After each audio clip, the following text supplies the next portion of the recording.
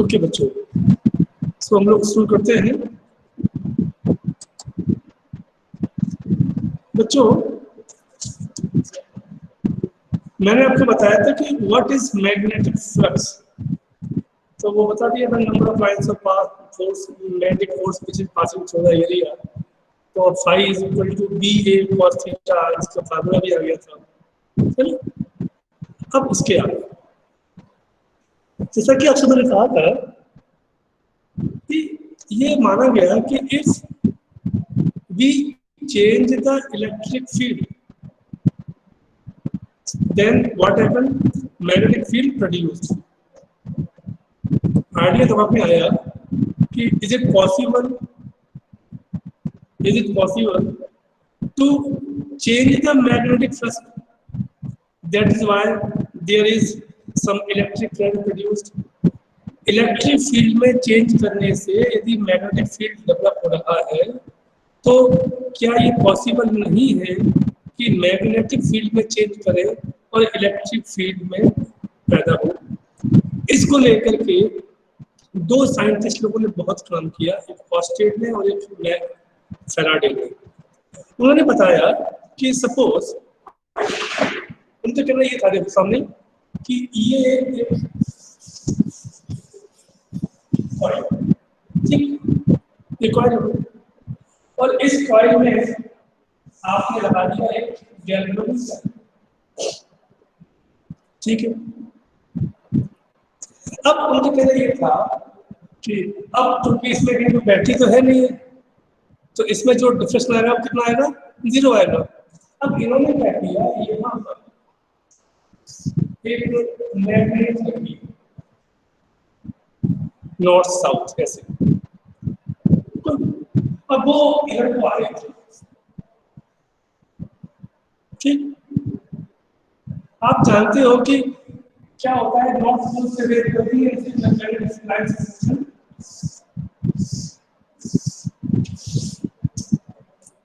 अब क्या होगा कि जब ये दूर से पास आएगा मैग्नेट, तो क्या होने वाला है यहाँ पर कि जो लाइंस ऑफ फोर्स है पहले कम आएंगी, इसके अंदर कम होंगी, और जैसे जैसे जैसे जैसे जैसे मान लो ये कॉइल है और ये मैग्नेट है, अभी दूर है, तो यहाँ पर मैग्नेटिक फील्ड काफी कम है।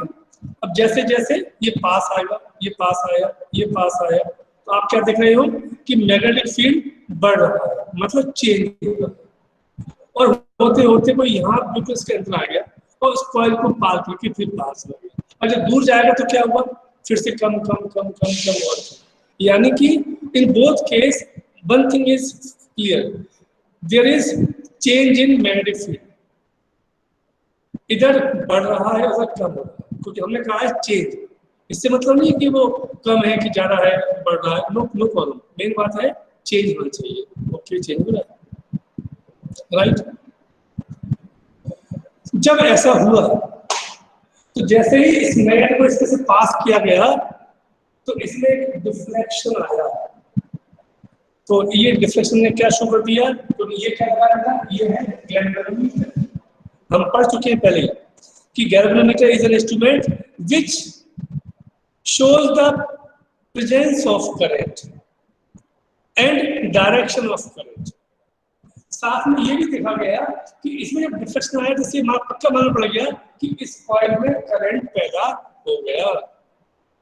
फिर हमने एक काम किया, हमने इसको उल्टा कर दिया, नॉर्थ को पीछे कर दिया, साउथ को आगे कर दिया, फिर पास लेके आए, देखा फिर से करंट पास हुआ, लेकिन बस एक चेंज आया कि मान लो पहले डिफ्लेक्शन इस तरफ आ रहा था, तो अब डिफ्लेक्शन इधर आ रहा है, तो लेफ्ट था तो राइट हो गया, राइट था तो लेफ्ट हो गया।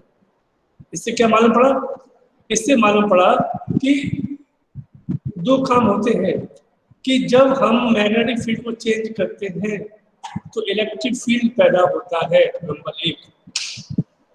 दूसरा, वो जो इलेक्ट्रिक करंट डेवलप होगा उसका डायरेक्शन कैसा होगा, it will be decided by the polarity of magnet, ठीक।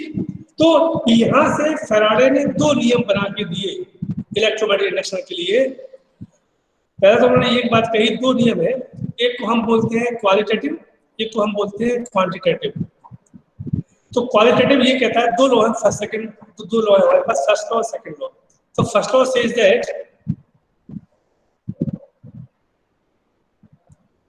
whenever we change the magnetic flux linked with the coil, then some induced EMF or current induced in the end of the coil. जब भी हम किसी coil में से flux में change करेंगे तो वहां पर वो हो जाता है पहला नियम। सेकंड नियम, हाउ मच क्वांटिटी, तो वो कहते हैं कि the rate of change of magnetic flux is directly proportional to the induced EMF।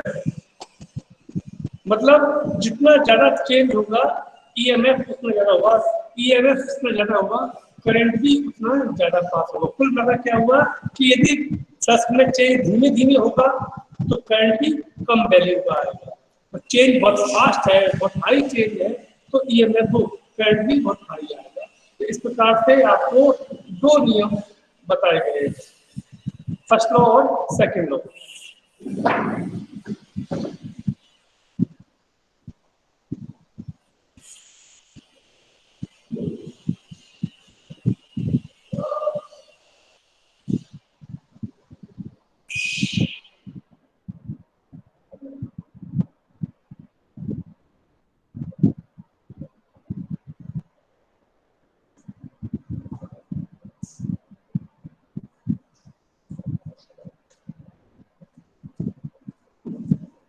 हाँ सॉरी बच्चों, वो बाहर शोर हो रहा था, उसको बंद चला गया था।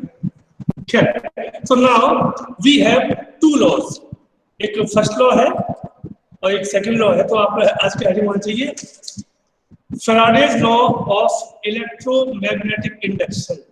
फैराडेज लॉ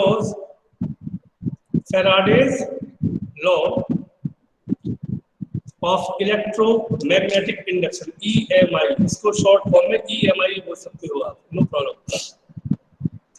इसमें दो नियम है, सिंपल करो, मैं आपको पहला नियम बताता है उसकी क्वालिटी के बारे में कि कब क्या क्या होगा, सेकंड बताता है उसकी क्वांटिटी के बारे में कि कितना होगा।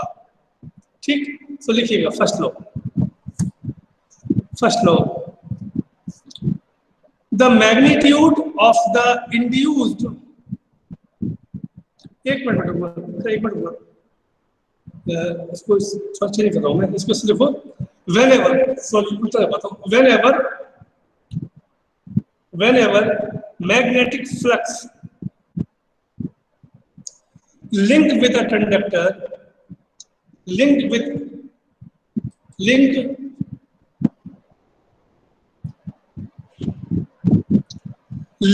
with a conductor or coil changes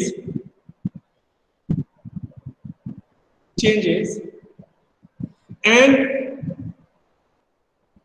EMF, electromotive force, and EMF is induced in it.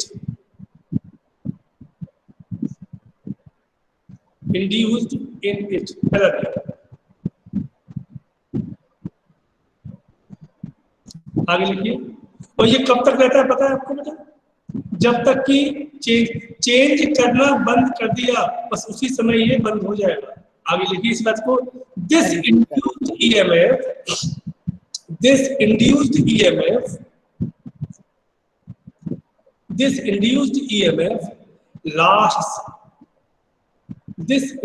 EMF lasts so long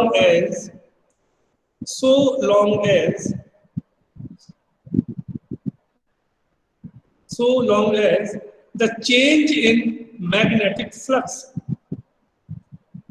so long as the change in magnetic flux continues in the coil.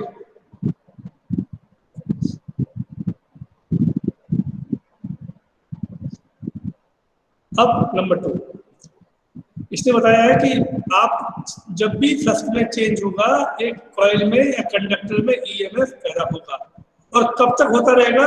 जब तक कि change होता रहे। Change खत्म, ध्यान रखना flux में। Okay, जैसे ही चेंज खत्म हुआ वैसे ही ईएमएफ बंद हो जाएगा, यानी कि करंट होना बंद हो जाएगा। आइए समझ में आ गई मतलब आपको? मैं फिर से कह रहा हूँ, इसमें सिंपल सी बात है। यहाँ पर जो बात कहने वाली है वो क्या है कि जैसे ही, जब तक when ever magnetic flux change induce EMF produced, okay, और जैसे ही आपने उसे बंद किया, फ्लक्स फ्लक्स है उससे कुछ नहीं होता, फ्लक्स में चेंज होना चाहिए। यदि फ्लक्स है और फ्लक्स कांस्टेंट चल रहा है, सेम वैल्यू पर है, तो कुछ नहीं होगा। तो शर्त इसकी क्या होती है कि flux should be change with time, और जब तक वो चेंज होता रहेगा ईएमएफ पैदा होता रहेगा, यानी कि करंट पास होता रहेगा।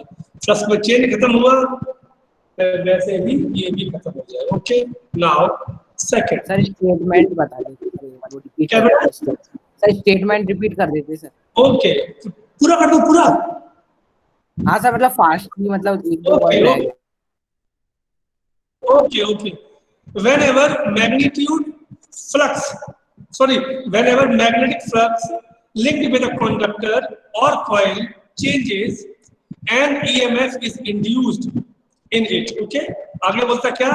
This induced EMF lasts so long as the change in magnetic flux continues in the coil. जब तक होता रहेगा तब तक चलता रहेगा। ठीक है। Number 2, Faraday's second law. अब ये बताएगा, पहले लॉ से ये मालूम पड़ रहा है कि यस चेंज होगा, अब ये मालूम पड़ेगा कि चेंज कितना होगा, उससे कितना चेंज करने पर हमें कितना करंट मिलेगा। तो लिखिएगा second law, the magnitude of the induced EMF, the magnitude of the induced EMF is directly proportional to the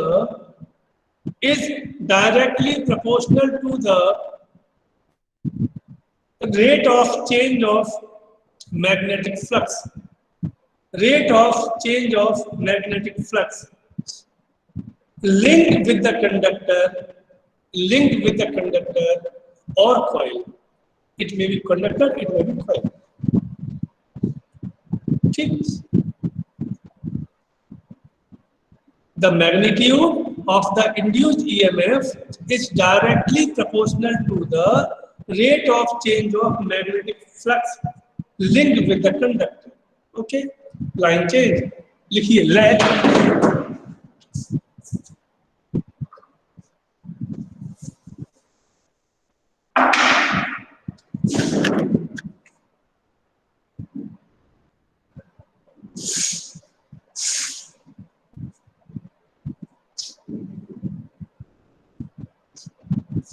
बच्चों, यहाँ हम लोग क्या करने वाले हैं, ध्यान देना।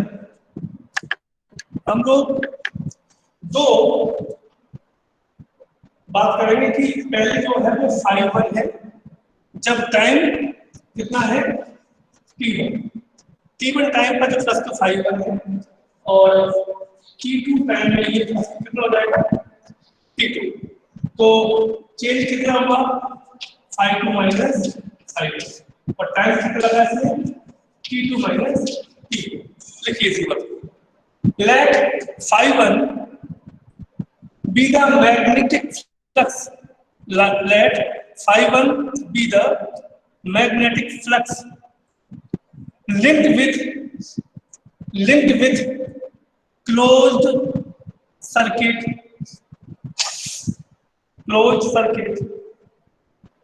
or coil at time t1, at time t1,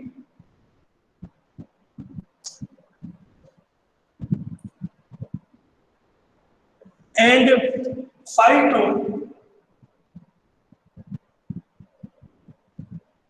φ2 be magnetic flux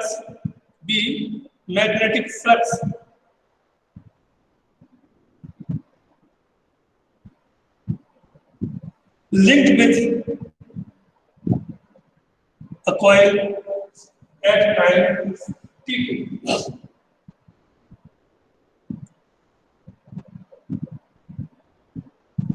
Hence,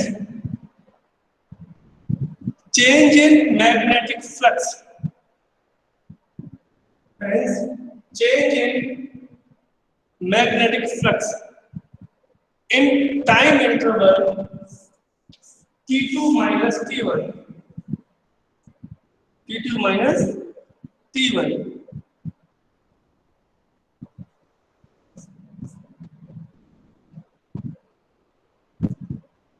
is equal to phi 2 minus phi 1.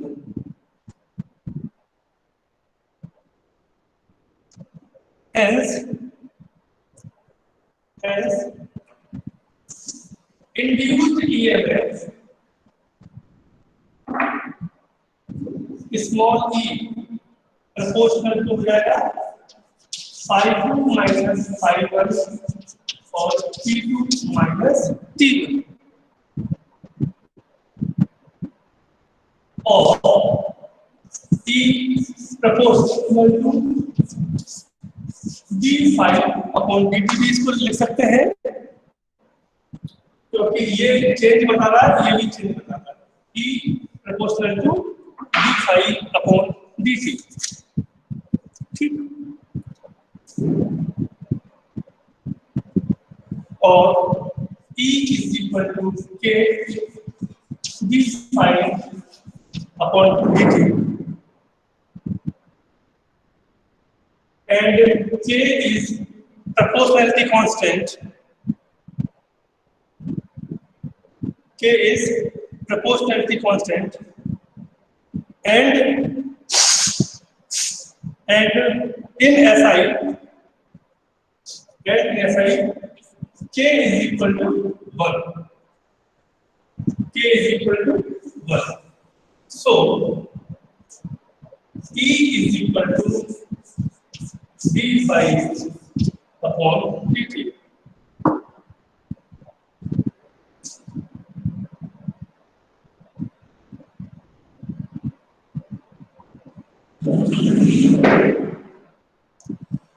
Okay समझ में आ गया आपको ये क्या लिखा है ये फार्मूला आ गया फाइनली आपका E is equal to d phi upon dt. अब इसमें मैं ये तो नहीं कहूंगा कि इसमें कोई कमी है मगर इसकी लिमिट है. इसमें कहीं पर भी पोलरिटी के बारे में बात नहीं की फैराडे ने कि उसकी दिशा कौन सी होगी जो करंट पास होगा वो कैसे होगा वो बाद में एक साइंटिस्ट आएंगे लेंथ उन्होंने बताया था. तो इसमें लिख दो इसकी कमी तो नहीं बोलेंगे मगर इसकी लिमिटेशन है. हेडिंग होगा आपका limitation. This law gives the magnitude of induced EMF. This law gives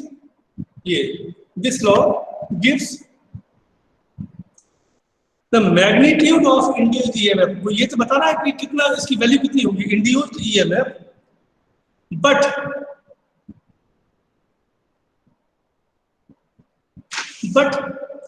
does not give the polarity.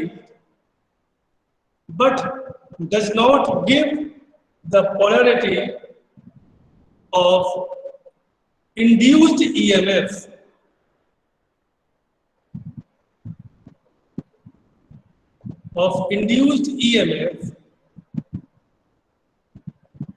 या सिंपल भाषा में बोले और direction of induced current.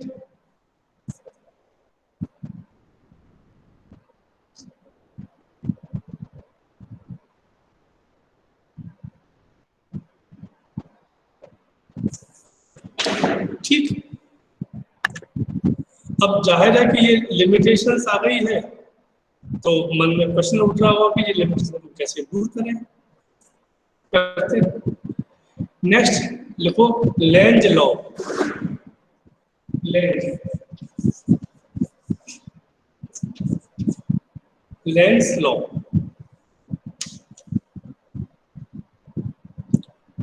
Law इसने बताया था कि उसका जो डायरेक्शन कैसा होगा. इसका जो स्टेटमेंट है अपने आप में वो बड़ा ही महत्वपूर्ण है बेटा। महत्वपूर्ण साइंस के हिसाब से तो है ही, तो ठीक है, मैं अपनी लाइफ की बात कर रहा हूँ। इसने एक लाइन बोली केवल, इसने कहा कि द डायरेक्शन ऑफ करंट, लिखा हुआ मतलब the direction of current is like that, is such that it opposes that cause which produced it. समझ नहीं आया होगा, कोई बात नहीं, अभी आएगा।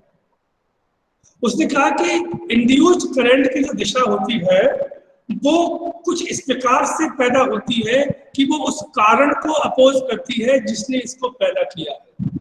किसको? करंट को। जिंदगी में ऐसा होता है, आप जिसको सबसे ज्यादा सपोर्ट करते हो बाद में मालूम पड़ता है कि वही आपको अपोज कर रहा है। ऐसा होता है, अक्सर होता है। यही आपने ऐसे एग्जाम्पल देखे होंगे कि जिसको किसने आगे बढ़ाया बाद में उसने उसी को ही धक्का देकर हटा दिया। ऐसा होता है कि it opposes that cause which produced it. The direction of current कैसी होगी? ये उस कारण को अपोज करेगी जिसकी वजह से वो पैदा हो रहा है। अभी भी समझ नहीं आई, मुझे पक्का पता है। अब मैं बताता हूँ समझ में आपको कैसे आएगी। अब देखो सामने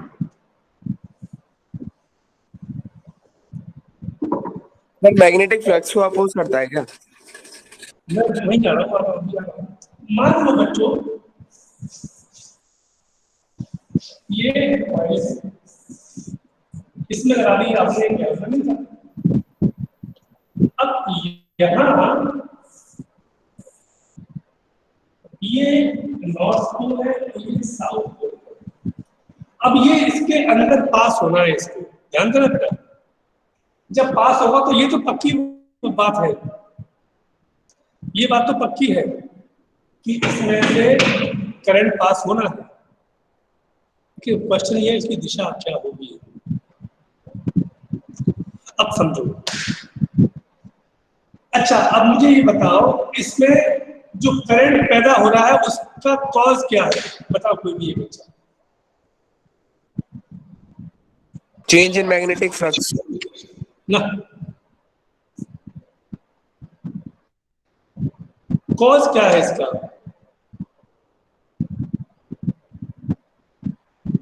सोच के बताओ, मर रहा है। Sir change in position of magnet.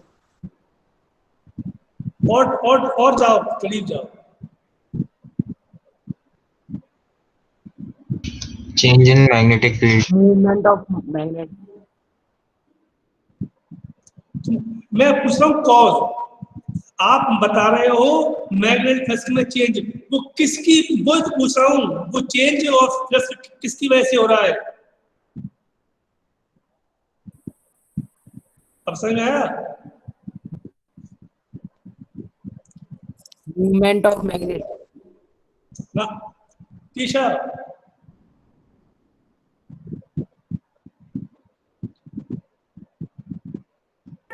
Sir, motion. कौन बोला? Motion of the magnet. और जाओ, और जाओ, और जाओ। हाँ हाँ, यस, क्या क्या टीचर, क्या?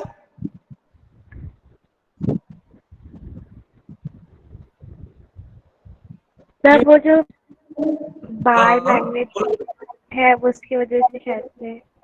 तो वो किसकी, उसमें क्या हो रहा है? आप ये बात सही है। देखो अब आप लोग वहां तक पहुंच नहीं पा रहे, बात इसको मैं इसको ठीक करता हूँ। समझो बात, मैग्नेटिक फ्लक्स में चेंज हो रहा की वजह से हो रहा है, लेकिन मैग्नेटिक फ्लक्स में चेंज क्यों हो रहा है? उसकी वजह है ये भाई साहब मोशन। वो सही बोल रहा है आपने, मोशन, लेकिन मोशन उसकी बात थोड़ी सी अधूरी थी। टुवर्ड्स मैग्नेट, क्योंकि ये मैग्नेट टुवर्ड्स बार मैग्नेट से वो है उसकी वजह से। कॉइल, ये जो मैग्नेट है वो कॉइल की तरफ आ रही है, इसकी वजह से मैग्नेटिक फ्लक्स में चेंज हो रहा है, और मैग्नेटिक फ्लक्स में चेंज हो रहा है इसलिए करंट पैदा हो रहा है। तो मेन कारण कौन है? आयुष, अब बोलो। Sir movement of magnet movement of magnet towards coil. बस अब मैंने इसका मतलब क्या हुआ कि इसकी लड़ाई किससे है? इसकी लड़ाई इससे नहीं है, मैग्नेट को उससे नहीं है। इसकी लड़ाई इस बात से है कि ना ये मैग्नेट मेरी तरफ आता और ना मेरे अंदर से करंट पास होता।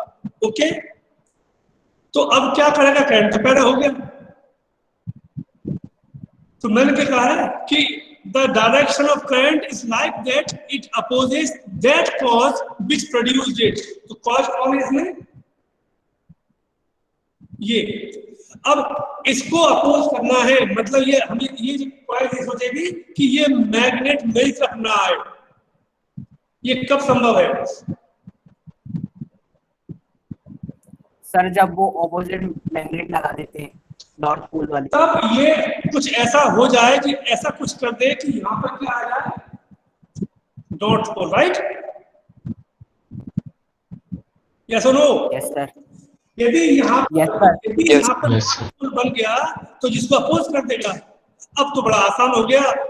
श्रेयस बहुत से चुप बैठा हुआ है, बता दे श्रेयस कि नॉर्थ पोल यहाँ कब बनेगा?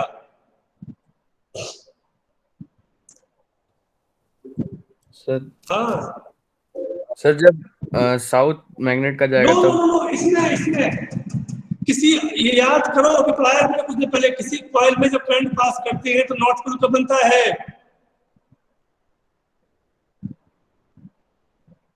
सर उसको क्लॉकवाइज डायरेक्शन में।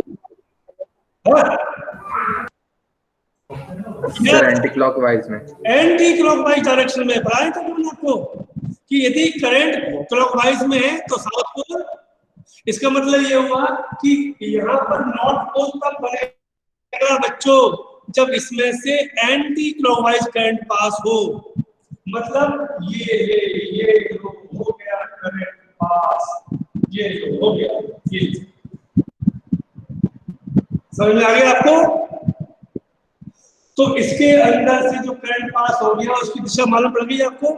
मान लो ये दूर जा रहा होता, राइट? तो फिर क्या होता है? फिर से चेंज होता। वो चेंज किसकी वजह से हुआ है?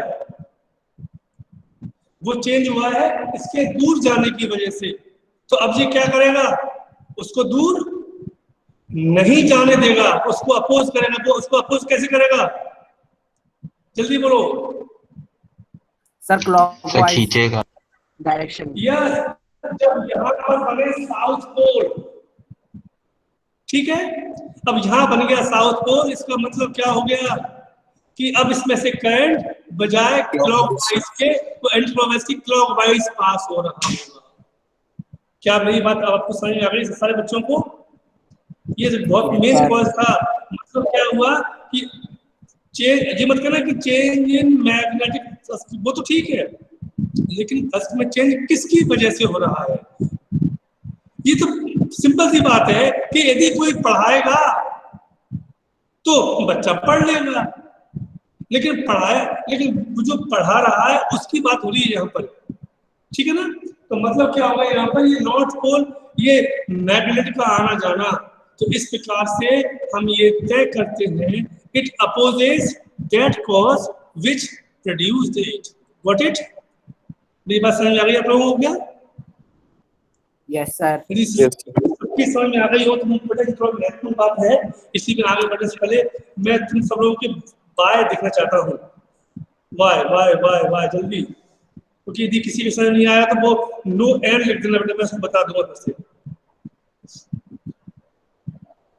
बस कितना सेकंड लगना चाहिए बेटा इसमें? तो 5 बाय आए बेटा।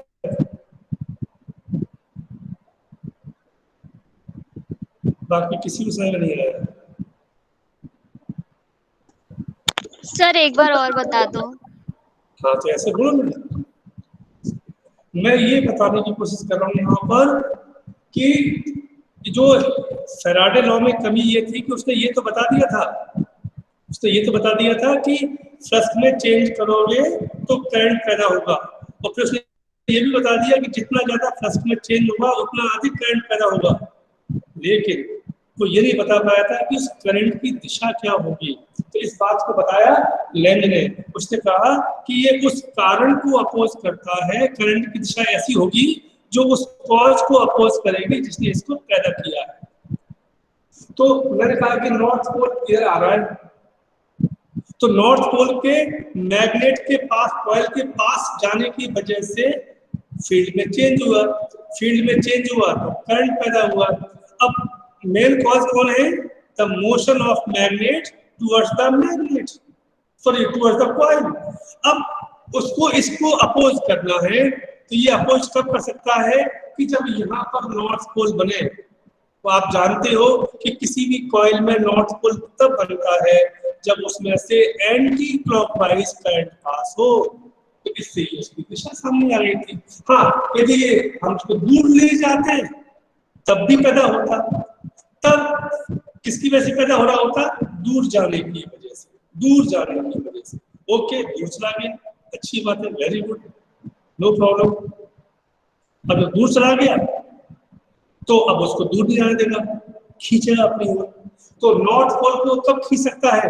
जब यहाँ पे साउथ पोल हो। जब यहाँ पे साउथ पोल कब होगा? तो अब इस समय करंट की दिशा एंटी क्लॉकवाइज नहीं होगी बल्कि क्लॉकवाइज होगी, यानी कि motion of magnet and direction of magnet will decide the direction of induced current inside the circuit or conductor or coil. Got it? Astha? Yes sir, thank you sir. Okay. So now लिखिए थोड़ा length, अब कुछ लिखवा दूं।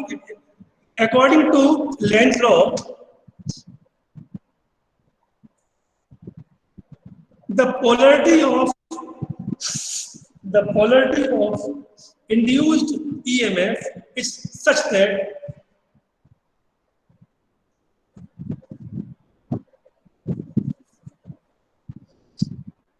the polarity of induced EMF is such that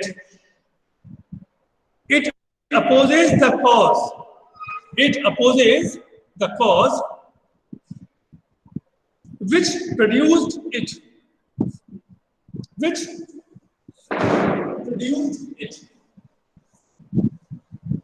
That is, E is equal to minus and P phi upon dt. E is equal to minus and d phi upon dt.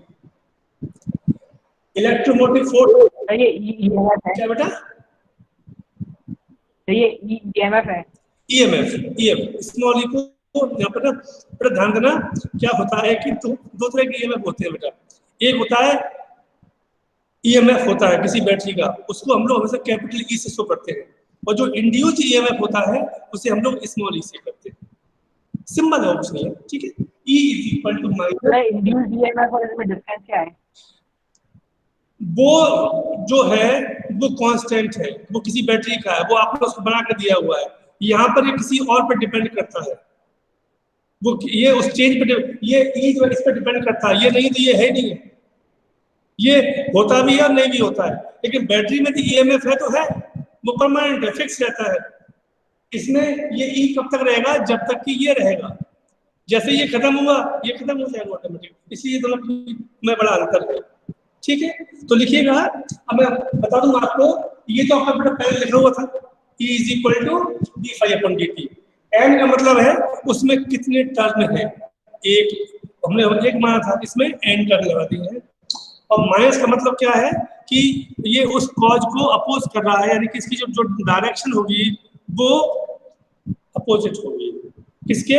जो cause की वजह से ये पैदा हो रहा है, ठीक है ना। तो E is equal to minus n d phi upon d t, ठीक, ओके। अब फिर से आप लोग फ्लेमिंग्स लेफ्ट हैंड रूल पढ़ चुके थे, सभी को याद है कि नहीं है? Yes sir. तो सही, यस सर जिसने कह लिया वही मुझे सुना दे फिर से जल्दी से, यदि याद हो तो सुना दे। सर मतलब सर पूरा स्टेटमेंट मतलब याद अच्छे से नहीं है, पर ये पता है कि मुझे left उसकी hand जो उसकी जो भावनाएं हैं वो बता दे मुझे उसकी उसकी। सर वो फोर फिंगर मैग्नेटिक फील्ड को वो दर्शाती है, फिर मिडिल फिंगर करंट को एंड थंब फोर्स को। बस तुझे मान ले कि तूने मेरा दिल जो है ऐसा बुरा कर दिया है कि मैं कुछ कहने की स्थिति में नहीं हूँ तुझसे, बताओ चलिए है ना। यदि तू मेरे सामने होता ना तो मैं तुम्हारा पटक पटक के बढ़ता। क्या मैंने यही बताया था क्या? मैंने इससे बुरा तो हो ही नहीं सकता। सर अगर फोर फिंगर जो है वो डायरेक्शन ऑफ मैग्नेटिक फील्ड है और middle finger direction of current है, तो फिर जो फोर्स लगेगा वो वो थंब की डायरेक्शन में रहेगा। हाँ मैंने तीनों मैंने कितना चला चला कहा था, मैंने कहा था ये मत कहते ना कहीं पर भी कि ये फील्ड है, ये करंट है, ये थंब है ना। ये फील्ड है, ये करंट है, तो ये फोर्स है। ये दोनों इंडिपेंडेंट है और ये डिपेंडेबल है। If it is the direction of, हाँ गुड आयो साउ, अब तो सही आ गया। If and there, yes good, very good. मैंने कहा था if forefinger gives the direction of magnetic field, central finger gives the direction of current, then thumb will give the direction of force. अब यहां से हम लोग पढ़ेंगे 10 minute के गैप के बाद फ्लेमिंग राइट हैंड रूल। उसमें इसमें बहुत माइनर अंतर है जो आपको समझ में आना चाहिए, है ना। और अब आयो सब अब मत बोल रहे ऐसे कि मुझसे ऐसा ऐसा है, हाँ ये हाँ मुझसे बुरा वो नहीं होगा, ठीक है ना। सर वो थोड़ा ये ये बता रहा था ना सर, इसलिए। हाँ ठीक है, वही मजाक कर रहा हूँ यार, है ना। चलो कोई बात नहीं। तो ठीक है, अभी हम लोग 10 मिनट के ब्रेक के बाद मिलते हैं ना, फिर आगे बात करेंगे। ओके, साई राम।